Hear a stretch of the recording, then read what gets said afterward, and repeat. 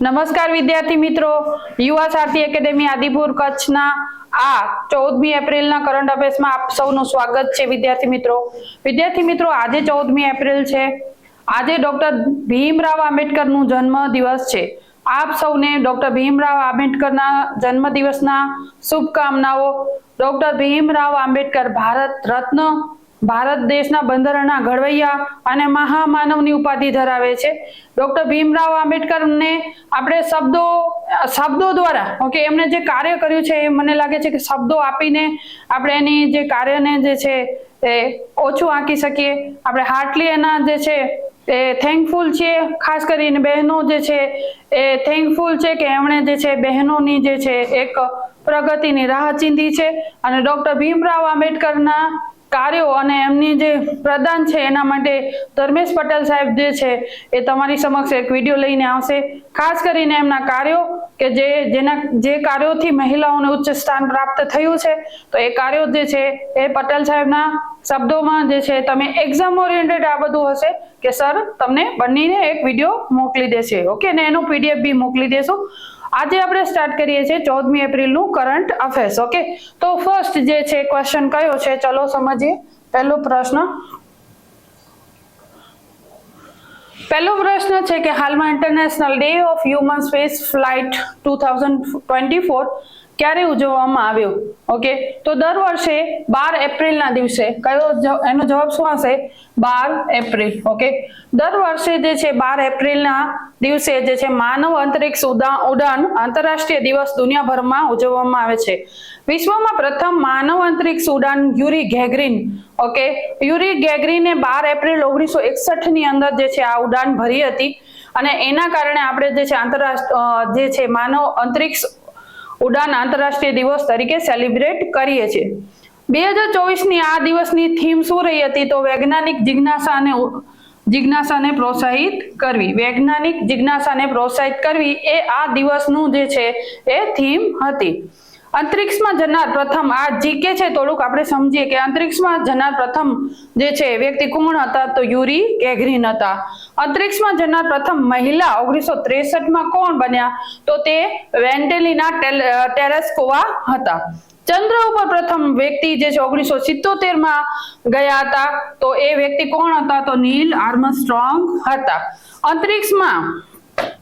અંતરિક્ષમાં જનાર પ્રથમ ભારતીય વ્યક્તિ કોણ હતા? તો અંતરિક્ષમાં જનાર પ્રથમ ભારતીય વ્યક્તિ રાકેશ શર્મા હતા. તેઓ 3 એપ્રિલ 1984 ના દિવસે સુયોજ, અહીંયા એમનું જે યાન છે એ યાનને આપણે યાદ રાખીએ, સુયોજ T-21 યાનથી અંતરિક્ષમાં ગયા હતા. ચંદ્ર પર પ્રથમ જનાર મહિલા, ઓકે, ચંદ્ર ઉપર પગ રાખનાર પ્રથમ મહિલા કોણ હતા? તો ક્રિસ્ટીના કોચ હતા. ભારતીય અંતરિક્ષ દિવસ ક્યારે ઉજવીએ છીએ? તો ભારતીય અંતરિક્ષ આપણે 23 ઓગસ્ટના દિવસને ઉજવીએ છીએ. તો આ જે છે એ 12 એપ્રિલના સંદર્ભમાં જે છે થોડાક ડેટા હતા ને જીકે જે નાખેલું છે નીચે એ તમારા એક્ઝામ ઓરિએન્ટેડ છે.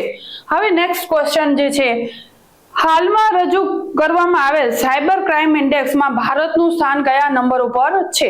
સાયબર ક્રાઇમ ઇન્ડેક્સ જે છે એ જોઈએ તો એનામાં ભારતનું સ્થાન કયા નંબર ઉપર જે છે એનો જવાબ એકચ્યુઅલી 10મું આવશે. ઓકે, સાયબર ક્રાઇમ હમણાં આ જે આપણે જે પેઢીમાં જીવી રહ્યા છીએ એ પેઢીની અંદર સાયબર ક્રાઇમ બહુ બધો વધી રહ્યો છે. લાઈક આપણને ફ્રોડ લિંક મોબાઈલની અંદર દઈ દેવામાં આવે ને આપણે એ લિંક ઉપર ક્લિક કરીએ તો આપણા બધા ડેટા ચોરાઈ જાય છે, આપણા બેંક એકાઉન્ટના પૈસા ચોરાઈ જાય છે. પછી ઘણી બધી એવી ફેક વેબસાઇટ છે કે જેની અંદર જે છે તમને માહિતી જે આપવામાં આવે છે એ બહુ લોભામણી હોય છે. સામે તમને જોબ ન મળી શકે અથવા તો તમે કોઈ વ્યક્તિઓને પૈસા સેન્ડ કરી દો, એ ટાઈપનું જે છે એ સાયબર ક્રાઇમ અત્યારે બહુ બધું બની રહ્યું છે. વિદ્યાર્થી મિત્રો, તમને એક નમ્ર રિક્વેસ્ટ છે કે તમારા મોબાઈલની અંદર આવેલી કોઈ પણ અજાણી જેને આપણે જાણતા નથી એવી લિંકને ઓપન નહીં કરવી. પ્લસ જે છે અમુક વેબસાઇટો ઉપર જોબની જે ઓપોર્ચ્યુનિટી પ્રોવાઈડ કરે છે એના અંદર જો પૈસાની માંગણી કરે તો પહેલે પૈસા નહીં, પહેલે કામ કરી દેવાની વાત કરવાની કે મંથ થાય, 2 મંથ થાય, પછી જે એ લોકો ઓફર કરે છે પૈસાની એ મળે અને પછી જ જે છે તમારે કોઈ પણ જાતના ચૂકવણા કરવા. અત્યારે સાયબર ક્રાઇમ એ આપણા જે છે એ જીવનની અંદર મોટો પડકાર બની રહ્યો છે કે આ ક્રાઇમને થતા કેવી રીતે રોકી શકીએ. પણ આનું જે છે આ ક્રાઇમને થતા આપણે જો જાગૃત હશું, ઓકે, વેલ અવેર પીપલ હશું તો આપણે એને રોકી શકીશું. ઓકે, તો આજે જે છે આપણે જે રજૂ થયો છે એક ઇન્ડેક્સ, એનામાં સાયબર ક્રાઇમ ઉપર જે છે ભારત દેશ જે છે 10મા નંબરે છે. Oxford university and university of New South વેલ્સના એક્સપર્ટ દ્વારા સાયબર ક્રાઇમ ઉપર ગ્લોબલ સ્ટડી કરવામાં આવી અને તેના આધાર ઉપર ઇન્ડેક્સ રજૂ કરવામાં આવ્યો છે કે જેમાં 100 દેશોનું રેન્કિંગ હતું. તો 100 દેશોના રેન્કિંગમાં ભારત દેશ જે છે એ 10મા સ્થાન ઉપર છે. પ્રથમ નંબર ઉપર રશિયા છે, બીજા નંબર ઉપર યુક્રેન છે અને ત્રીજા નંબર ઉપર ચીન છે. ઓનલાઈન ની અંદર જે બ્લેકમેલિંગ થાય છે મેં તમને સમજાવી દીધું. ઓકે, પછી કોમ્પ્યુટરના માધ્યમથી જે પૈસાના ફ્રોડ થાય છે આ બધું સાયબર ક્રાઇમમાં સમાવેશ પામે. આ બધું સાયબર ક્રાઇમ કહેવાય. ઓકે, નેક્સ્ટ ક્વેશ્ચન ઉપર જઈએ કે રાકેશ શર્મા પછી અંતરિક્ષમાં જનાર બીજા ભારતીય કોણ હતા? તો આપણે પ્રથમ જે છે એ જોયું હતું કે અંતરિક્ષમાં જનાર જે છે રાકેશ શર્મા છે. તો બીજા નંબર ઉપર કોણ ગયા છે? તો આંધ્રપ્રદેશમાં જન્મેલા ગોપીભાઈ છે. અહીંયા ફોટો બી છે ફોટો છે અહીંયા ગોપીભાઈનો. જે ગોપી થોડાકુરા જેફ બેઝોસના નેતૃત્વ હેઠળ સ્પેસ સ્ટાર્ટઅપ બ્લુ ઓરિજિનના ન્યૂ શેફર્ડ મિશન માટે પસંદગી થઈ હતી અને તેઓ અંતરિક્ષમાં જશે. 1984માં વિંગ કમાન્ડર રાકેશ શર્મા અંતરિક્ષમાં જનાર જે છે પ્રથમ ભારતીય વ્યક્તિ હતા. અંતરિક્ષ યાત્રી કલ્પના ચાવડા. આપણા ભારત દેશના અન્ય અંતરિક્ષ યાત્રીઓ કોણ છે? તો કલ્પનાબેન ચાવડા, સુનીતા વિલિયમ્સ, રાજાચારી, સિરીસા બાંદલા. ભારતીય મૂળના અમેરિકી નાગરિક છે, અમેરિકામાં વસે પણ આપણા ભારતીય એના મૂળ છે. ઓકે, તો હવે જે છે નેક્સ્ટ ક્વેશ્ચન ઉપર જઈએ. નેક્સ્ટ ક્વેશ્ચન છે કે એપ્રિલ 2024માં કયા ભારતીય અને અમેરિકી રાષ્ટ્રપતિ એપ્રિલ 2024માં કયા ભારતીય અને અમેરિકી રાષ્ટ્રપતિ એવોર્ડથી સન્માનિત કરવામાં આવ્યા? ઓકે, 2024માં કયા ભારતીય છે કે જેને જે ભારતીય વ્યક્તિ છે આપણા સંત છે એમને જે છે અમેરિકી એવોર્ડ દ્વારા સન્માનિત કરવામાં આવ્યા છે? તો એ વ્યક્તિ છે જૈન આચાર્ય લોકેશ મુનિ. ઓકે, જૈન આચાર્ય છે. આ જૈન આચાર્ય લોકેશ મુનિને વૈશ્વિક જૈન શાંતિ દૂત એવોર્ડથી અમેરિકાના રાષ્ટ્રપતિ દ્વારા આ એવોર્ડનું નામ પણ યાદ રાખી લેજો તમે. આ એવોર્ડનું નામ છે ગોલ્ડન વોલેન્ટિયર સર્વિસ એવોર્ડ. આ એવોર્ડનું નામ શું છે? ગોલ્ડ વોલેન્ટિયર સર્વિસ એવોર્ડ જે છે એનાથી સન્માનિત કરવામાં આવ્યા છે. આપણા ભારત દેશના જૈન આચાર્ય લોકેશ મુનિ સાહેબને સન્માનિત કરવામાં આવેલ છે. આ એવોર્ડની સ્થાપના 2003માં અમેરિકાના રાષ્ટ્રપતિ જોર્જ બુશ દ્વારા કરવામાં આવી હતી. 2003 ની અંદર એની સ્થાપના થઈ છે. આ એવોર્ડ જે છે 2003 થી આપવામાં આવે છે અને સ્થાપક કોણ છે? George bush. આટલું આપણે એક્ઝામ ઓરિએન્ટેડ પોઈન્ટ થી યાદ રાખીશું. નેક્સ્ટ ઉપર જઈએ આપણે કે વિશ્વનો સૌથી મોટો હાઇબ્રિડ રિન્યુએબલ એનર્જી પાર્ક કઈ જગ્યાએ બની રહ્યો છે? ઓકે, અહીંયા જે છે રિન્યુએબલ એનર્જી ઉપર આપણે એક સરસ મજાનો વિડીયો બનાવીશું કે કારણ કે કોલસો ખૂટી જશે કે યુરેનિયમ ખૂટી જશે તો આપણી ઉર્જાના સ્ત્રોત જે છે રિન્યુએબલ એનર્જી છે તો એ ક્યાંથી મળે છે એનું જે છે અત્યારે કઈ કંપની ઉત્પાદન કરી રહી છે, આપણે એના અંદર શું કરી શકીએ એના ઉપર એક મસ્ત વિડીયો હું બનાવી દઈશ કે જે તમારા એક્ઝામ ઓરિએન્ટેડ હશે. અહીંયા આપણે મોજ મજા માટે નથી ભેગા થતા, આપણે જે છે એ એક્ઝામ ઓરિએન્ટેડ વસ્તુઓ લઈને આવીશું. ઓકે, તો વિશ્વનો સૌથી મોટો રિન્યુએબલ, હા મને ખુશી થઈ આ પ્રશ્ન વાંચતા because this is my Kutch. Okay, મારા કચ્છની અંદર જે છે આ જે છે મોટો રિન્યુએબલ એનર્જી પાર્ક ગુજરાતના કચ્છ જિલ્લાની અંદર તમારે યાદ રાખવાનું છે, મને તો યાદ રહી જશે because this is my Kutch. Okay, તો આ જે છે એ એનર્જી પાર્ક ગુજરાતના કચ્છ જિલ્લાની અંદર ને સ્પેશિયલ ખાવડા વિસ્તારની અંદર અસ્તિત્વમાં જે છે બની રહ્યો છે, અસ્તિત્વમાં આવી રહ્યો છે અદાણી ગ્રીન એનર્જી લિમિટેડ.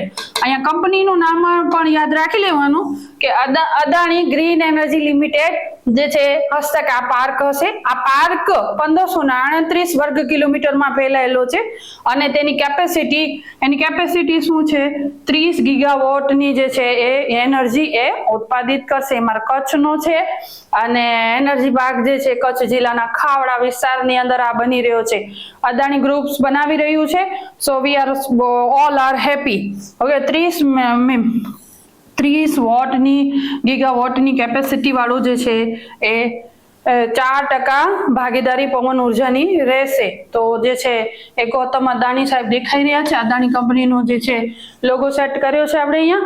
તો જે અદાણી ગ્રુપ્સ બનાવી રહ્યું છે અને એ આપણે યાદ રાખીશું ગુજરાતના કચ્છ જિલ્લાની અંદર ખાવડા વિસ્તાર અહીંયા યાદ રાખીશું. ઓકે, કંપનીનું નામ યાદ રાખી લઈએ, Adani green energy limited. Okay, તો ચાલો નેક્સ્ટ ક્વેશ્ચન ઉપર જે છે ભારતના નવીનતમ પાર્ક. હા, અહીંયા થોડુંક જીકે છે કે જીકે જે એક્ઝામ ઓરિએન્ટેડ હોય છે અને સર બહુ મહેનતથી તમારા માટે જીકે પણ પુટ કરે છે. થેન્ક્સ ધર્મેશ પટેલ સાહેબ કે જે આપણે અહીંયા થોડાક જીકે ના પોઈન્ટ દઈ દે છે કે જે એક્ઝામ ઓરિએન્ટેડ હોય છે. ભારતનો પ્રથમ ડિજિટલ સાયન્સ પાર્ક જે છે કેરળના કોચીમાં બન્યો. ભારતનો પ્રથમ જીઓલોજીકલ પાર્ક મધ્યપ્રદેશના જબલપુરમાં બન્યો. ભારત દેશનો પ્રથમ gender park, okay, gender park જે છે કેરળના કોઝિકોડમાં બન્યો. ભારત દેશનો પ્રથમ નાઇટ સફારી પાર્ક લખનઉ ઉત્તર પ્રદેશમાં બન્યો. સેટેલાઇટ ફોનથી લેસ થનાર ભારત દેશનો પ્રથમ national park Kaziranga national park Assam. Okay, કયો છે? કાંજીરંગા નેશનલ પાર્ક આસામ છે. ભારતનો પ્રથમ રક્ષા ઔદ્યોગિક પાર્ક કેરળ રાજ્ય.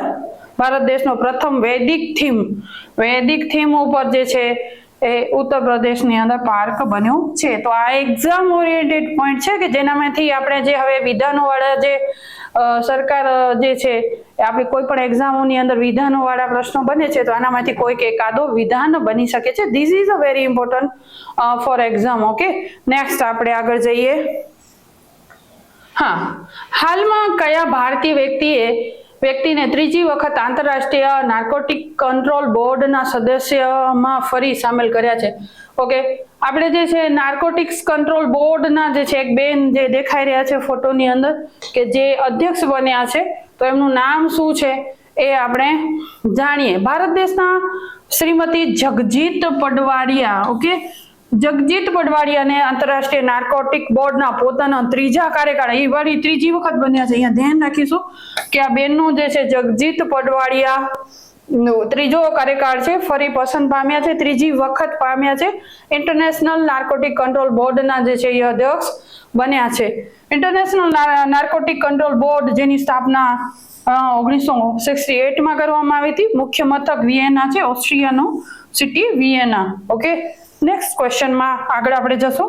નેક્સ્ટ ક્વેશ્ચન છે કે હાલમાં ભારત દેશમાં પ્રથમ વખત કયા દેશના મહિલાનું નામ છે? અહીંયા ફોટોમાં પણ જોઈ શકો છો, એમાં મહિલાનું નામ છે લિન્ડી કેમરૂન કે જે હાઈ કમિશનર તરીકે ભારત દેશની અંદર આ બેન છે લિન્ડી કેમરૂન કે જે ભારત દેશની અંદર જે છે બ્રિટન દેશ દ્વારા જે છે એક હાઈ કમિશનર તરીકે જે છે ભારત દેશમાં આવ્યા છે. આ પ્રશ્ન પૂછાઈ શકે એવો છે. બેનનું નામ પૂછાઈ શકશે, લિન્ડી કેમરૂન છે અને એ બ્રિટન તરફથી આવ્યા છે અને આપણા દેશમાં હાઈ કમિશનરની પોસ્ટ ઉપર બેસશે. અહીંયા ધ્યાન રાખીશું કે બ્રિટન દેશે પ્રથમ વખત ભારત દેશમાં મહિલા લિન્ડી કેમરૂનને હાઈ કમિશનર તરીકે નિયુક્તિ આપી છે. ઇંગ્લેન્ડ દેશના જે પણ ગુલામ દેશો છે, ઇંગ્લેન્ડે જે દેશો ઉપર રાજ કર્યો તેની અંદર જે નિયુક્તિ થાય એને હાઈ કમિશનર કહેવાય. અહીંયા પરીક્ષાને એક્ઝામ ઓરિએન્ટેડ વસ્તુ સમજીએ કે ઇંગ્લેન્ડ દેશે જે દેશો ઉપર જે રાજ કર્યું છે અને જે શાસન ચલાવ્યું તો એવા દેશોની અંદર જ્યારે વ્યક્તિને નિમે છે ત્યારે શબ્દ વપરાય છે હાઈ કમિશનર. ઓકે, અને જે દેશોની અંદર ઇંગ્લેન્ડે પોતાનું રાજ્ય ચલાવ્યું નથી એટલે કે શાસન ચલાવ્યું નથી તો ત્યાં જે વ્યક્તિની નિમણૂક થતી હોય તો તેને શું કહેવાય વિદ્યાર્થી મિત્રો? રાજદૂત. રાજદૂતની નિયુક્તિ કરે છે. અહીંયા હાઈ કમિશનર એટલે કે ઇંગ્લેન્ડે જે દેશો પર પોતાનું વર્ચસ્વ ચલાવ્યું છે, આ શાસન ચલાવ્યું છે, ત્યાં જે વ્યક્તિની નિમણૂક કરશે તો એ શબ્દ વપરાશે હાઈ કમિશનર. અને જ્યારે ઇંગ્લેન્ડે કોઈ એવા દેશો કે જ્યાં ઇંગ્લેન્ડે પોતાનું રાજ શાસન નથી ચલાવ્યું, એને ગુલામ નથી બનાવ્યો, તો એવા દેશ માટે શબ્દ વપરાશે રાજદૂત.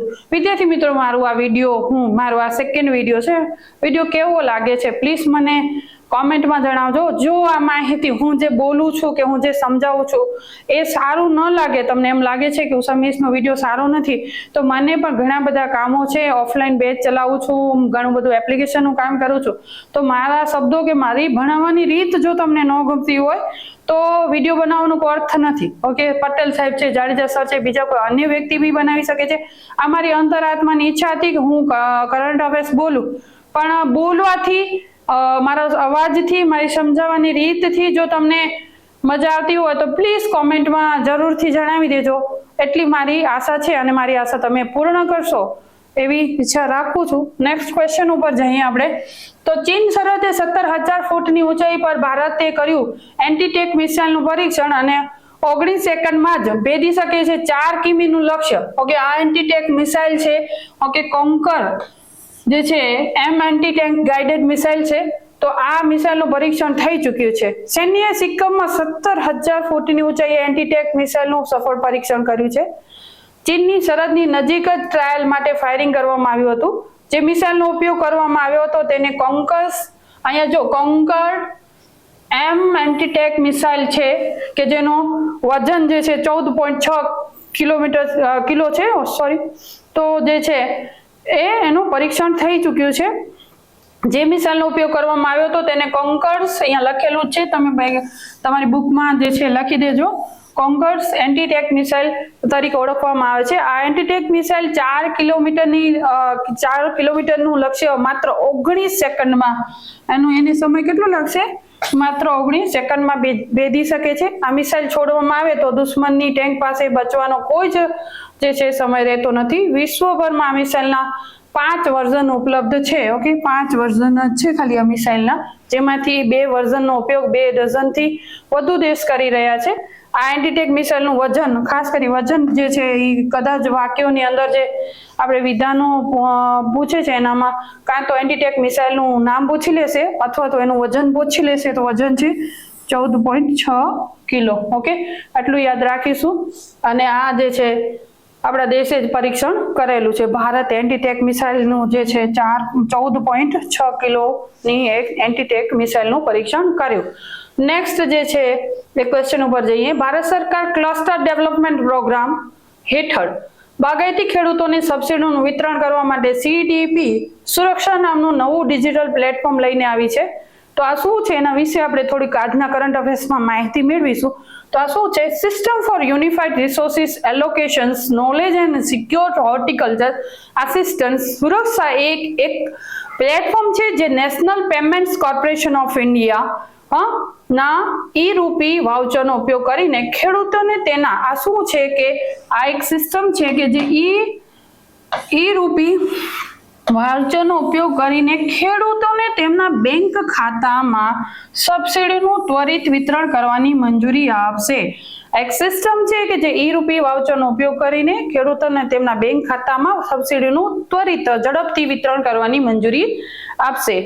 તો આના અંતર્ગત બીજા અન્ય પણ જે સેવા છે, સર્વિસીસ છે એ જોઈએ કે PM કિસાન સાથે ડેટાબેઝ એકીકરણ, NIC તરફથી ક્લાઉડ આધારિત સર્વર સ્પેસ, UIDAI આધાર આપણે જેને બનાવ્યું એ સંસ્થા માન્યતા, ઈ-રૂપી એકીકરણ, સ્થાનિક સરકારની ડિરેક્ટરી, સામગ્રી વ્યવસ્થાપન સિસ્ટમ, જીઓ ટેગિંગ અને જીઓ ફેન્સિંગ, આવી બધી અન્ય સુવિધાઓ પણ ઉપલબ્ધ છે. નેક્સ્ટ ક્વેશ્ચન ઉપર જે છે જઈએ તો નેક્સ્ટ ક્વેશ્ચન જે છે લાસ્ટ ક્વેશ્ચન છે. 10 ક્વેશ્ચન છે આજના કરંટ અફેર્સમાં અને 10મા નંબરનો ક્વેશ્ચન છે કે ફૂલ પ્રજનન દર, ઓકે આઈ એમ સોરી, કુલ પ્રજનન દર ટોટલ ફર્ટિલિટી રેશિયોની સ્થિતિ અત્યારે શું છે ભારતની અંદર, તો ટોટલ ફર્ટિલિટી રેશિયોને સમજીએ કે ભારતનો ઘટતો પ્રજનન દર તાજેતરમાં ધ લેન્સેટ દ્વારા અંદાજવામાં આવ્યો છે, જે સંભવિત આર્થિક લાભો સાથે વસ્તી વિષયક સંક્રમણ સૂચવે છે. ભારતમાં ટોટલ ફર્ટિલિટી રેટ 1950માં કેટલું હતું, તો જોઈ લો કે 1950 ની અંદર 6.2 થી 2021માં 2 થી નીચે થઈ ગયો છે. ઓકે, તો આપણે જોઈએ 1950 ની અંદર 6.2 ઓકે હતો, તે 2050 સુધીમાં વધુ ઘટીને 2050માં અંદાજવામાં આવે છે, એવો અંદાજો મારવામાં આવે છે કે 2050 સુધી આ ટોટલ ફર્ટિલિટી રેટ જે છે એ 1.29 અને 21મી સદી સુધી આપણો 21મી સાલ ચાલશે ત્યાં સુધીમાં તો ઓર ઘટી શકે એમ અંદાજવામાં આવ્યો છે. 1.04 જે છે સ્તર ઉપર પહોંચી જાય તેવો અંદાજો મારવામાં આવે છે. છેલ્લા 70 વર્ષોમાં વૈશ્વિક પ્રજનન દર લગભગ 50% ઘટી જવાની સાથે આ ઘટાડો વૈશ્વિક વલણનો એક ભાગ છે. ઓકે, યુનાઇટેડ નેશનને 2100 સુધીમાં વૈશ્વિક વસ્તી વૃદ્ધિ દર 10.9 બિલિયન સુધી પહોંચાડવાની આગાહી કરી છે, જેમાં ટોટલ ફર્ટિલિટી રેટ નજીકના રિપ્લેસમેન્ટ સ્તરે કન્વર્ટ થશે એવું અંદાજવામાં આવ્યું છે. કુલ પ્રજનન દર એટલે કે ટોટલ ફર્ટિલિટી રેટ વર્તમાન પ્રજનન દરને જોતા એક મહિલાને તેના જીવનકાળમાં કેટલા બાળકો પેદા કરવા હશે તેનું પ્રતિનિધિત્વ કરે છે. ટોટલ ફર્ટિલિટી રેટ એટલે કે આપણે જે મહિલાઓ છે એ કેટલા બાળકો પેદા કરી રહી છે એને કહેવામાં આવે છે. વિદ્યાર્થી મિત્રો, આજનું કરંટ અફેર્સ તમને કેવું લાગ્યું છે? કરંટ અફેર્સ ગમ્યું છે તો બી કોમેન્ટમાં કહેવાનું છે, ને કરંટ અફેર્સ નથી ગમ્યું તો બી એક રિક્વેસ્ટ છે કે કોમેન્ટમાં જરૂરથી જણાવો. કરંટ અફેર્સમાં શું બાબતો સારી છે તે પણ કહેવાની છે, તાકી હું મારી જે છે વધારે એનર્જી આના પર લગાડું અને વધારે ખુશીથી તમને પ્રેઝન્ટ કરી શકું. Thank you very much.